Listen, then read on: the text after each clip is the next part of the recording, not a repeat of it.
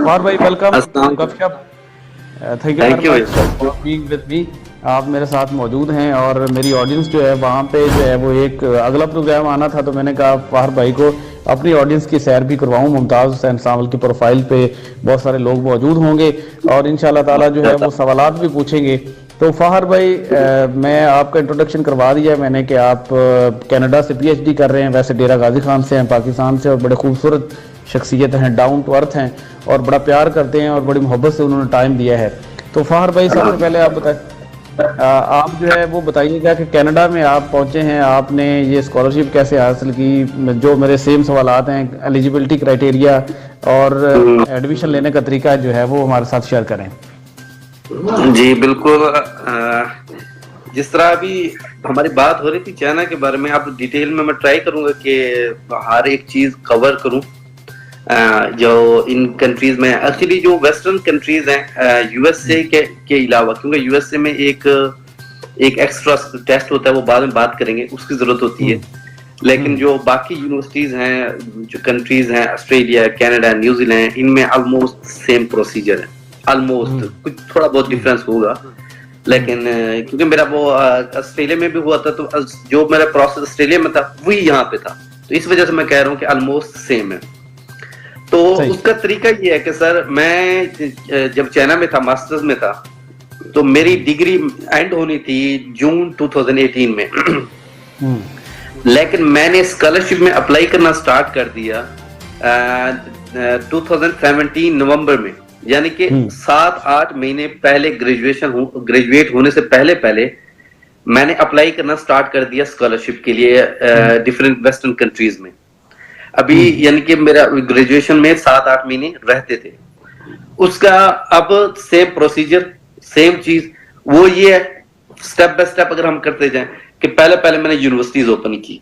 Universities वैसे ही open की, Wikipedia पे सर्च किया कंट्री के नाम से, कैनेडियन यूनिवर्सिटीज लिस्ट, विकिपीडिया पे वो लिस्ट ओपन हो गई, यूनिवर्सिटीज लिस्ट आ गई। उसके बाद मैंने वो एक यूनिवर्सिटी जाकर गूगल पे सर्च किया उसको, और यूनिवर्सिटी वेबसाइट पे कर जाके तो डिपार्टमेंट और टीचर ढूंढे।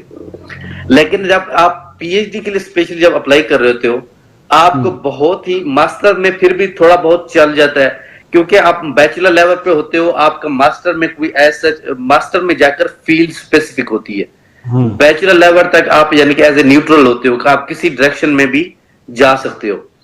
लेकिन जब आप जाते हो पीएचडी के लिए, तो वो आपका ऑलरेडी मास्टर में आपका रिसर्च डायरेक्शन पहले ही स्पेसिफाइड हो चुका होता है। तो आपके पास यानी कि जो अवेलेबल ऑप्शंस हैं वो कम रह जाती है। तो मैंने फिर वहां उसके बाद सर्च की यूनिवर्सिटीज और टीचर्स, जो मैंने सर्च किए, और हार्डली 2-3 ही टीचर मिलते थे एक यूनिवर्सिटी में। और उनको जिनका रिसर्च एक्सपीरियंस, जो रिसर्च कर रहे थे उसी चीजों में जिन पे मैं रिसर्च ऑलरेडी चाइना में कर चुका था मास्टर के दौरान, उनको मैंने ईमेल सेंड किए, और वही ईमेल सेंड किया, वही फॉर्मेट था और वही सीवी जो हम ऑलरेडी डिस्कस कर चुके हैं, उसी सीवी और उसी ईमेल की फॉर्मेट पे मैंने उनको जी मैसेज किए कि जी ईमेल किए कि मैं इस तरह आना चाहता हूँ आपके पास। अब एक जो चीज जो डिफरेंट है चाइना से और यहाँ में, वो ये है, आप चाइना में ज्यादातर जो है वो आपका एडमिशन एंड स्कॉलरशिप पैरेलल चल रहा होता है। ठीक है, हमने ये बात पहले भी की है कि वहां पे पैरेलल चल रहा होता है। जब आपका एडमिशन होता है मतलब स्कॉलरशिप भी होता है, आपका अगर स्कॉलरशिप नहीं होता तो एडमिशन भी नहीं होगा। लेकिन इन कंट्रीज में क्या है, इन कंट्रीज की सबसे पहली रिक्वायरमेंट जो चाइना में नहीं है वो ये है कि जी आपके पास अगर एक्सेप्टेंस लेटर ना हो, आप स्टिल एलिजिबल हो स्कॉलरशिप अप्लाई करने के। यहाँ पे क्या है, आपके पास सुपरवाइजर नहीं होगा, आप एलिजिबल ही नहीं हो अप्लाई करने के।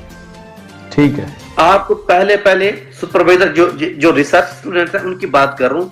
सॉरी, मुझे ये जो सोशल साइंसेज इनका इतना डिटेल नहीं पता, लेकिन जहां तक मैंने सुना है उनका भी यही है कि सुपरवाइजर होना मस्ट है। उसका रीजन भी मैं आपको बताऊंगा क्यों मस्ट है। तो पहली बात ये कि आपका सुपरवाइजर होना मस्ट है, कोई ना कोई आपको एक्सेप्ट करे कि मैं अपने लैब में आपको अपना रखने के लिए तैयार हूं। तो उसके बाद का प्रोसेस क्या होता है, उसके बाद का प्रोसेस सिंपल ये है कि वो आपको कोई लेटर नहीं देगा, कुछ भी नहीं देगा, वो आपको सिर्फ ईमेल कर देगा कि ओके। लेकिन मोस्टली वो ये ओके करने से पहले आपकी सीवी चेक करेंगे। सीवी चेक करने के बाद वो आपसे रिक्वेस्ट करेंगे स्काइप इंटरव्यू की। आप कहेंगे कि हम इंटरव्यू करना चाहते हैं, तो आप स्काइप पे इंटरव्यू देते हो, तो उसके बाद ही वो फाइनल डिसीजन पे आते हैं कि यहाँ पे इसको देना है या नहीं देना, स्कॉलरशिप और एडमिशन देना है कि नहीं देना, जो सुपरवाइजर डिसाइड करता है। तो जब आप यानी कि कांटेक्ट करते हो, वो सीवी चेक करने के बाद आपको स्काइप पे कहता है, और जब वो स्काइप के बाद आप उसको सेटिस्फाई कर देते हो, और जो स्काइप पे अगर हम बात करें इंटरव्यू में, ये लोग जो होते हैं ये स्पेसिफाइड रहते हैं, बिल्कुल ये एक्सपेक्ट नहीं करते ये जो अगला बंदा है ये हर फन मौला होगा, बिल्कुल नहीं करते एक्सपेक्ट। ये एक्सपेक्ट क्या करते हैं कि यार इसने मास्टर्स में फॉर एग्जांपल इस टॉपिक इस टाइटल पे काम किया, ये सिर्फ उसी टाइटल पे ही रहेंगे, उससे आपका यानी कि मे बी आपका जो डिपार्टमेंट है, जो डिग्री है वो बहुत बड़ी होगी, उस डिग्री से रिलेटेड कुछ नहीं पूछेंगे, उससे पूछेंगे जो आपने रिसर्च किया हो। यानी कि स्पेसिफाइड रहते हैं, ये कहते हैं, ये समझते हैं कि यार ये बंदा इसको इस चीज में एक्सपर्टीज तो है, बाकी में नहीं होगी और ना ही हमें वो चाहिए। ये कहते हैं जिसमें काम किया है उसमें ये स्पेसिफाइड, उसमें ये इसके पास एक्सपर्टीज स्पेशलिस्ट होना चाहिए उसके बाद, बिल्कुल उसमें बिल्कुल होना चाहिए। तो उसी से रिलेटेड ये क्वेश्चन करते हैं कि उसी टॉपिक से, जो मेरे सुपरवाइजर से मेरा जब इंटरव्यू होता है तो उसी ने सारे क्वेश्चन, तकरीबन कोई हमारा इंटरव्यू आई थिंक 50 मिनट्स का था, और सारे ही क्वेश्चन जो भी डिस्कशन थी उसी से ही रिलेटेड थी, जो मैंने वो कहते हैं जो एक्सपीरियंस था। तो वो ये लोग बड़ा, इनके साथ इंटरव्यू जो सेशन होता है बड़ा ही मजे का होता है कि ये लोग पहले जब इंटरव्यू स्टार्ट करते हैं, ये पहले बड़ा ही आपको रिलैक्स करते हैं खुद ही।